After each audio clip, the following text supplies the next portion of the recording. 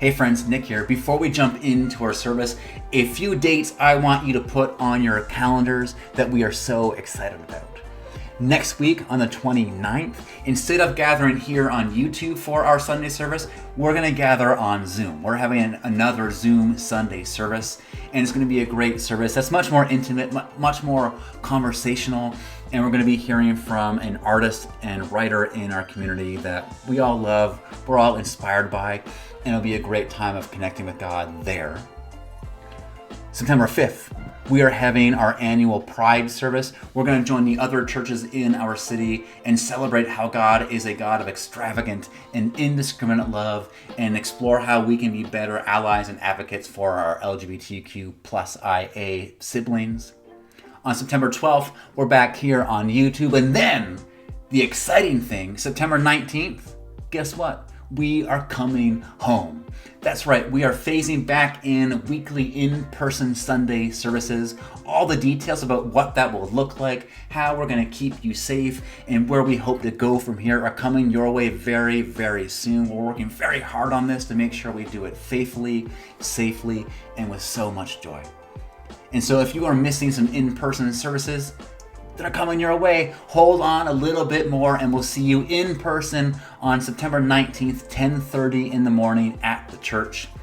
If you watch these things online, don't worry, we're not leaving you behind. We're going to keep up our online presence. We're going to be a hybrid church.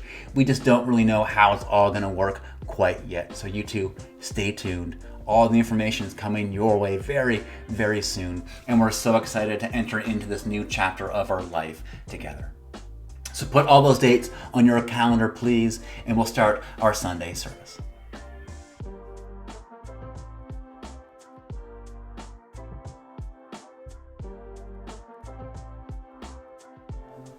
My friends, welcome back to a Sunday service with Red Deer Lake United Church. My name is Nick, I am the minister here, and we are Red Deer Lake United Church. We are an affirming group of people who gratefully gather on Treaty 7 land here in the southwest corner of Calgary. And what we are all about is finding in the way of Jesus a new way of being human and alive in this world. A way that's connected to God, each other, and ourselves. This way of life that is rooted in those sacred things like hospitality, spirituality, community, justice, and compassion. This way of life that transforms us from the inside out so we can then go out and help transform the world, turning it into one where everybody has enough and everyone has a place. That is who we are. That is what we are all about, and this is our Sunday service. This is a thing we do each and every week that helps us become those kinds of people. It's a time we set aside where we can connect with God, that source of life, that ground of our being, and know that we are not alone. It's a time where we can connect with community and recognize that we are worthy of belonging, that we are seen, heard, and valued. And it's a time when we can connect with ourselves, when our spirits and our bodies can catch up, and we can know that we are loved and we are enough, and we can just simply be without doing anything and not having to earn anything. Yeah, that's what this time is for. And I am so glad that you are here for it. So whoever you are, however you found this, whatever brought you in today, and with whatever you're bringing in with you, whatever's going on in you and around you, know this. There's room for you here. You're welcome, you are wanted, and you are accepted here. We're so glad that you have joined us for this. And if you are willing, I now invite you to take a time to check in. We've got a chat box going on over here on this side of the screen. Use it to say who you are, to say good morning, to check in, to talk about the service as we go through it. That's the way we can be in community with one another. But if that's not your thing, if that's more distracting, if that's not helpful, if that pulls you out of the service, don't use it. Don't use it. One of the things that we are really big on here in our community is for you to do whatever you have to do to be present here. We don't want you to have to fake it. We don't want you to have to go through the motions that you're not really into. We want you to do the thing that helps you open up, that helps you connect, that helps get you the thing that you are looking for. Whether that's rest or a bit of wisdom or truth or some grace or being seen, it doesn't really matter. Do whatever you have to do to open up, to soften up, and ask that Spirit to come in and do her thing of making all things new. Yeah, that's all we ask. That's all you gotta do.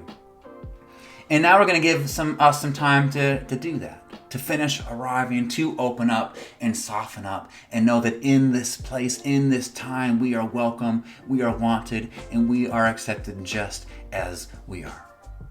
And so we're going to start with a piece of poetry that really just welcomes us all in, regardless of who we are and where we come from.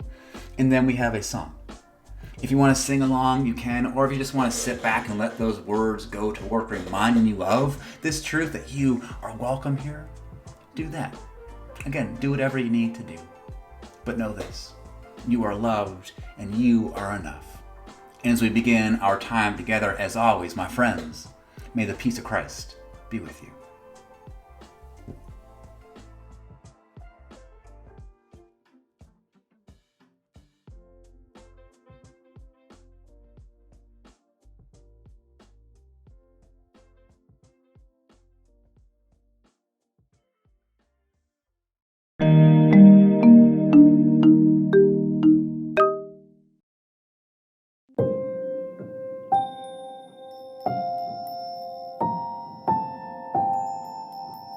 How to be alone.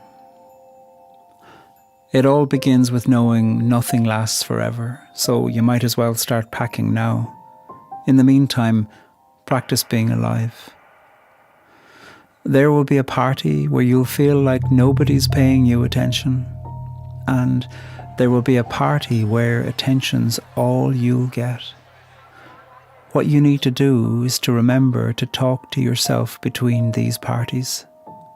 And again, there will be a day, a decade, where you won't fit in with your body, even though you're in the only body you're in. You need to control your habit of forgetting to breathe. Remember when you were younger and you practiced kissing on your arm? You were onto something then. Sometimes harm knows its own healing. Comfort knows its own intelligence. Kindness too, it needs no reason. There is a you telling you another story of you. Listen to her. Where do you feel anxiety in your body? The chest? The fist? The dream before waking? The head that feels like it's at the top of the swing, or the clutch of gut like falling and falling and falling and falling? It knows something. You're dying. Try to stay alive. For now, touch yourself. I'm serious. Touch yourself. Take your hand and place your hand someplace upon your body and listen to the community of madness that you are. You are such an interesting conversation. You belong here.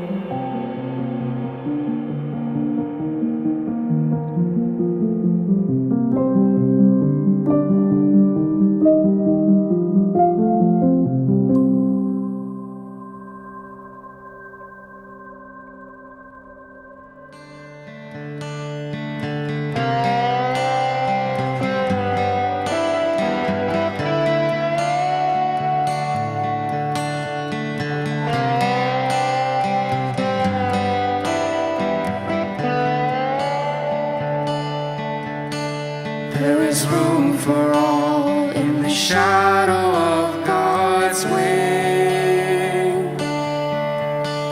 There is room for all sheltered in God's love. And I rejoice and sing, my refuge and my rock in whom I trust. There is room for all. There is room for all. There is room for all in the shadow of God's wing. There is room for all sheltered in God's love. And I rejoice and sing, my refuge and my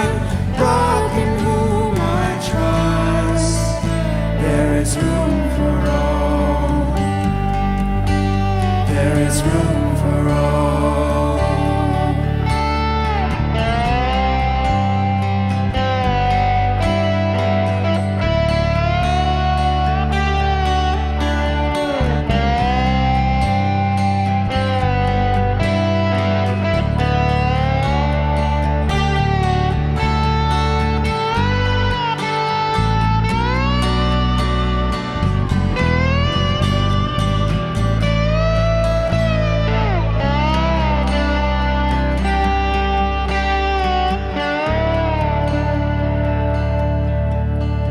There is room for all in the shadow of God's wing.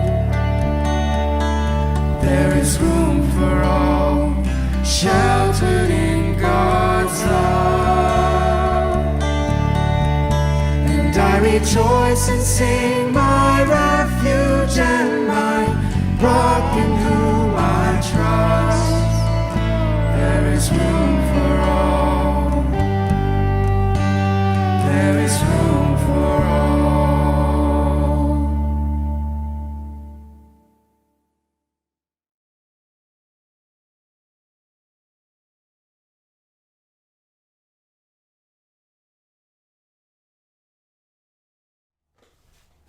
God be with you. And so this week I had a sermon cooking for you. It was mostly written, and I was really excited about where it was going. I thought it was going to be a fun time together as we explore this old story that's in the Bible. It was going to be a good one. But then the week happened. And I feel like I've been saying this a lot over the past year and a half, but it was quite the week, wasn't it? Yeah, it was a really heavy week. We had all the smoke come in from the wildfires that are raging around us. And we had this stark reminder that climate change is real and the earth is literally on fire. Haiti had another earthquake, and we got to witness all the pain and devastation that that's causing. Afghanistan happened, and we're now seeing this massive refugee crisis. COVID numbers in Alberta are going up again instead of down. A hot mess of an election was called. Yeah, so much going on. And I felt all of that on top of all the other stuff that was happening. And it was quite the week. And as I sat with it all, I felt a knock on the door. You know what I'm talking about? That inner door, the stuff that whirled inside of us? Yeah, I felt a knock on that door. And the visitors showed up that have always showed up this year, and I'm kind of tired of them showing up. I'm talking about anger. I'm talking about grief. I'm talking sadness. I'm talking anxiety. I'm talking fear. Yeah, anyone know those guys? Yeah. Yeah, those are the visitors who showed up to me this week. But the thing that made it especially heavy, the thing that really took the whole thing off the rails was there was a new guy who showed up this week. And I don't remember him showing up before this week, but he is particularly exhausting. And it kind of just took everything sideways. I'm talking about helplessness. Yeah, I felt helpless this week. I felt this overwhelming and crippling sense of helplessness. In one form of another, it's a word I'm hearing a lot about lately. I think a lot of people in our world are feeling helpless. And I mean, how can we not? Right? If we're paying attention to what's going on in us and around us, if we're aware of our connection with the world around us, how can we not? Helplessness is a legitimate and perfectly understandable feeling to have. Anyone with me on that? Anyone else feeling helpless? Yeah, I think we all are in some way or another. And so because that feeling is in the air, because helplessness is hanging out in all of us lately, and because learning to live within those feelings is a big part of our spirituality, because our spirituality is not about escaping from all those tensions and issues and problems, but to live within it, to live within the heights and depths of our humanity. What I thought we'd do today is we'll put that other sermon that I had aside, and we'll honor those feelings by sharing a little bit about what I've learned. Well, let's be honest, what I'm learning. About what I'm learning to do when we feel helpless. And so today I want to talk about that Neil Young song, Helpless. I want to talk about what do we do when we're feeling helpless. Are you with me? Yeah, let's talk about that. Because it's not a fun feeling, isn't it fun? How can it be a fun feeling? I don't know anyone who enjoys feeling helpless. It's a hard feeling. It's a heavy feeling. It's one we don't want to experience. And I think that's because what makes it extra tough from all the other emotions that we feel is that when we feel helpless, it messes with our identity and our purpose. It kind of throws us into this existential crisis. Because being helpers, being helpful, isn't that what we do, right? Isn't that what we're all about? I mean, that's what Jesus teaches being human is all about. It's about being repairers and restorers of the universe. It's about being makers of peace. It's about helping. It's about showing up. It's about how we exist. Helping is fundamental. It's core to who we are and how we relate to each other. Right? Yeah. And so when we feel helpless, we kind of feel like failures. We kind of feel like frauds. It feels like we're not truly alive, like we're kind of living this lie, or we're not living up to our potential or what we should be doing. And so it's painful. It's uncomfortable. Because we're not meant to feel helpless. Anyone know what I'm talking about? Are you with me? Yeah. Nobody likes to feel helpless because it feels at odds with how we're supposed to be. I know I feel that way anytime someone comes into my office for spiritual direction or pastoral care, and I'm like, oh my God, I have no idea what to say to you. I have no clue what to do. I literally get antsy in my seat because I just don't know what to do. It's uncomfortable. I don't like it. And I feel like a failure. I feel like a fraud because helper, it's a big part of what I do. I'm supposed to know what to do. Yeah, I don't like it. And with so many of us feeling that right now, especially as we face these huge, gigantic issues going on in our world, what I thought we'd do today is share one thought with you about what we can do when we're feeling helpless. And we're going to stick with just one, because I know there are lots. But we're going to roll with just one. And it might be the most important one, because it's the most counterintuitive one. It's the strangest one. It's the most uncomfortable one. But I think it's one that we need to spend some time with. And it's one that a lot of my teachers are helping me learn about. And this is this thing that I'm learning. This is this thing to do when we feel helpless.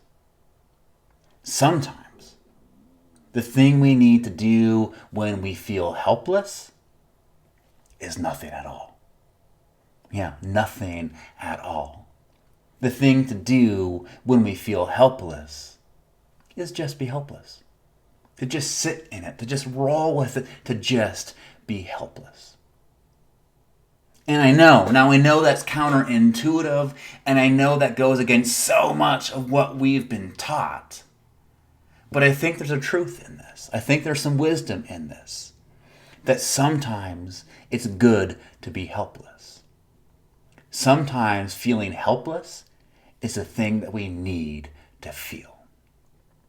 And that's not only because feeling helpless allows us to practice lament and name what's wrong in the world and what's broken in the world and what's off inside of us, or because it forces us to realize you know what, I can't fix this myself. I need others to do it with me. It draws us into community and connection. Or because it helps us embrace our limitations and this really ridiculous idea that exists in the world that we have the capability to do it all.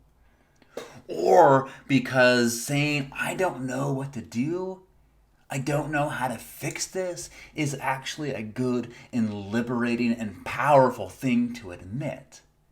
But also, and here's where we get to the point for today, but also because sitting in our helplessness, embracing that overwhelming and crippling sense of helplessness, allows us to ask a really important question, an essential question, a question that I think we need to ask, especially as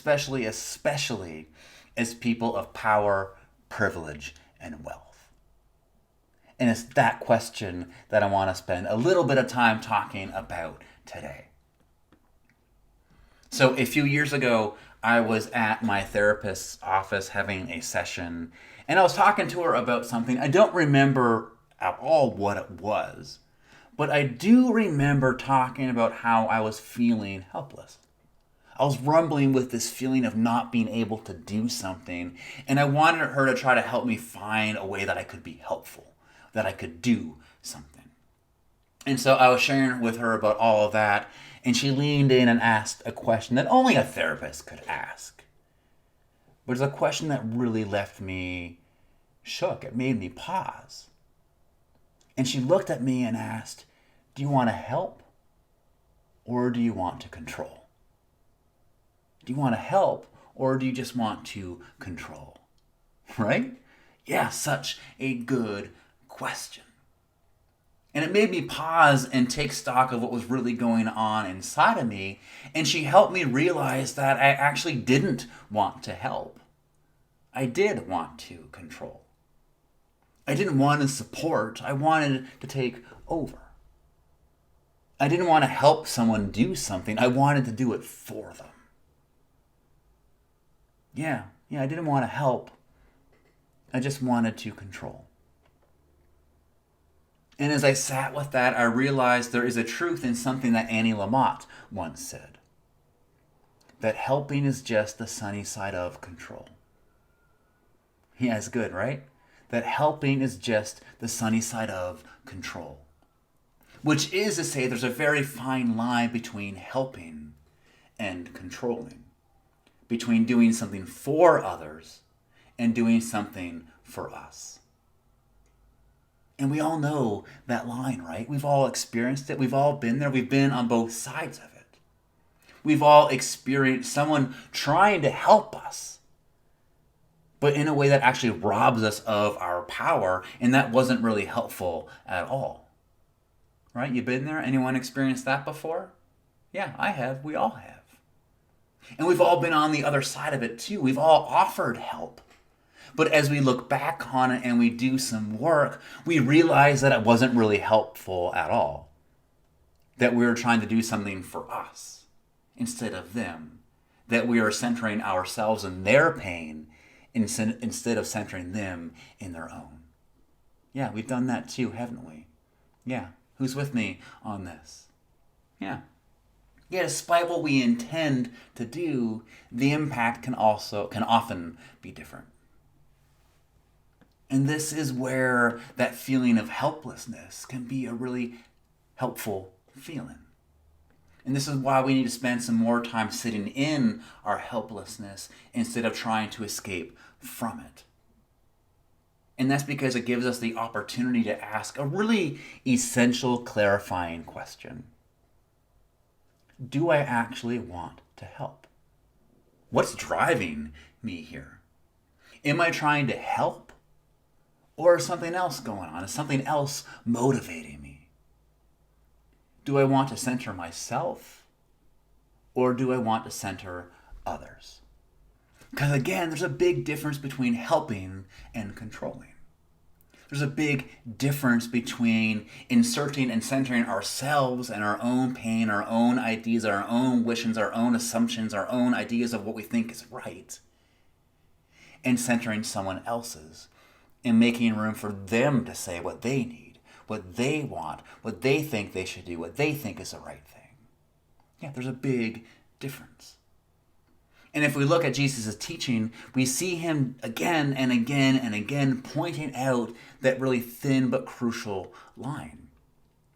We see him again and again showing that helping isn't controlling. It isn't taking over. It isn't assuming that we know what's needed. But rather real, honest help. It's making space. It's empowerment. It's support. It's advocacy. It's empathy. It's listening. It's centering. It's making space and room for the other. And it's those things because help is always rooted in love. It always comes out of love. And love, as our tradition teaches, can never be coercive. It can never be domineering. It can never be controlling. But it always has to honor the other. It always has to make room for the other. It needs to make sure they are still in control instead of us doing it for them. Yeah, help is an act of love. And so however it comes across, however we do it, we need to make sure it is an act of love and doesn't cross that line into being manipulative, controlling, assuming, or domineering. Yeah, and it's a very thin line. It's so easy to cross over it.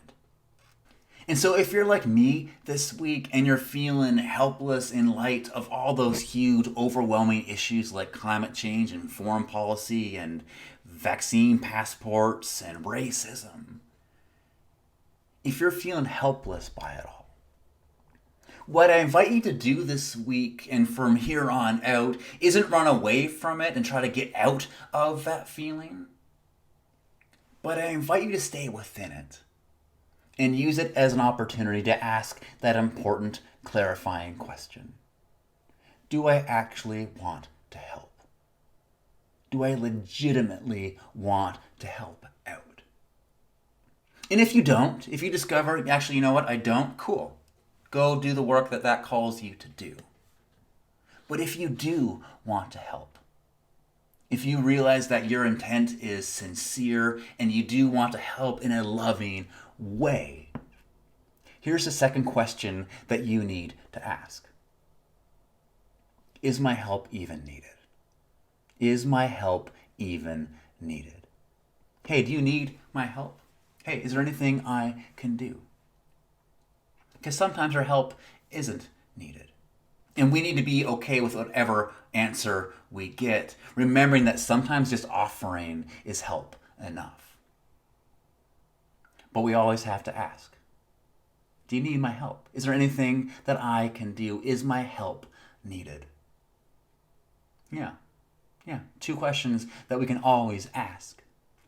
And because they are hard questions, because that line is really thin, there's a spiritual practice that I've discovered online from some BIPOC voices that I found really, really helpful in trying to center myself and figure out, hey, do I really want to help? And how can I help? And I want to share it with you. And so what I invite you to do is think of something right now that makes you feel helpless. Think of something right now where you're just like, oh, I don't know what to do, and I just am feeling stuck and crippled and overwhelmed by it. Maybe it's one of the things that we mentioned, or maybe it's something going on inside of you. Maybe it's something personal. It doesn't matter what. But let helplessness knock on your door. Open it up, invite them in, and just sit with it. And we're going to do a breathing exercise that can help you figure out what you need to do next. And so, my friends, as we head out into the week, here's a practice for you. So I invite you to put your feet on the floor, to breathe deeply, and join me in this practice. So as you inhale, say with me, I am not a savior. And as you exhale, say, I am a helper. So I am not a savior. I am a helper. I'm not a savior.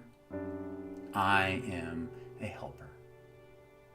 And then with this next breath, as you breathe in, let me enter their pain. And as you breathe out, without controlling or centering mine, let me enter their pain without controlling or centering mine. Let me enter their pain without controlling or centering mine. And so, my friends, as you go from here, may you sit in your helplessness. May it be a teacher for you. And may grace and peace be with you. Amen.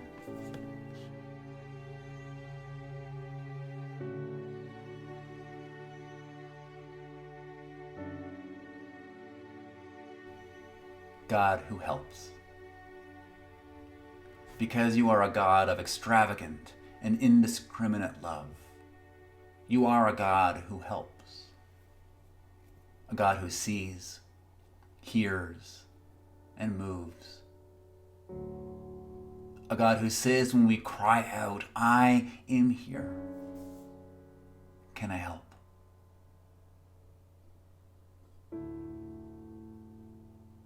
We take some time right now to remember the ways that you have helped. How in our lives and our world you have moved and spoken, answering our cries. Comforting and challenging.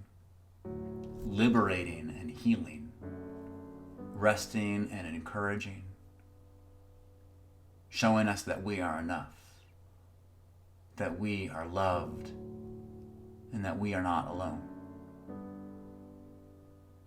So God, for all those ways, we take some time right now to share with you our gratitude and our thanks by saying thank you, thank you, thank you.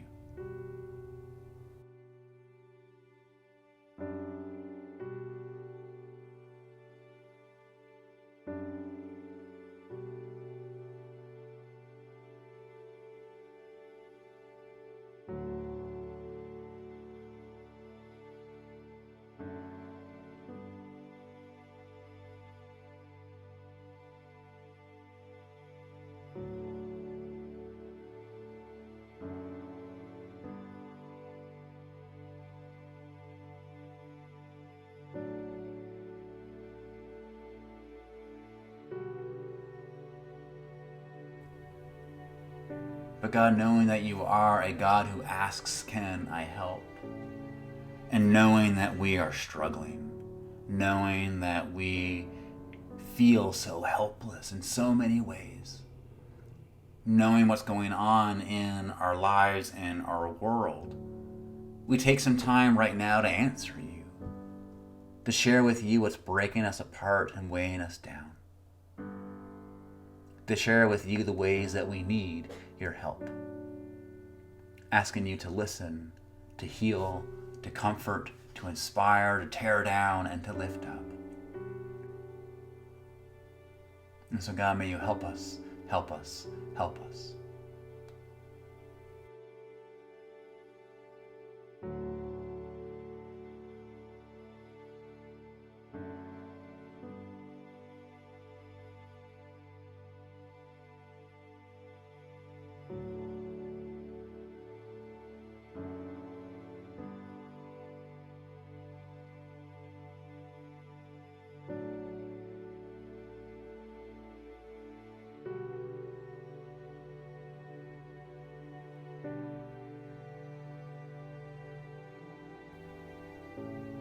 So Spirit, these are our prayers, the prayers of your people. May you move and may you speak, bringing hope into despair, love into fear, peace into chaos. Help us to know that you are with us and that we are not alone. But we also ask that you help us be answers to these prayers. That you give us the ability to listen and to, like you were, and to follow the way that Jesus taught us, to be helpers.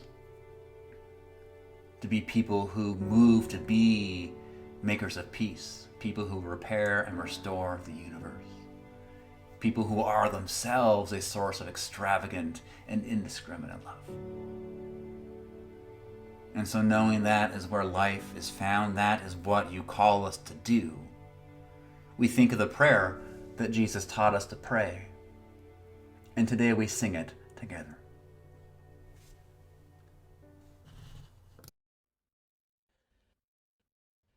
Our Mother who art in heaven, hallowed be thy name.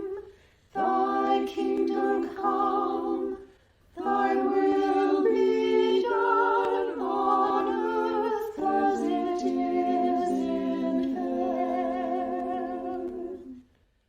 Give us this day our daily bread, and forgive us our trespasses as we forgive them that trespass against us. And lead us not into temptation, but deliver us from evil. For thine is the kingdom and the power and the glory, forever and ever.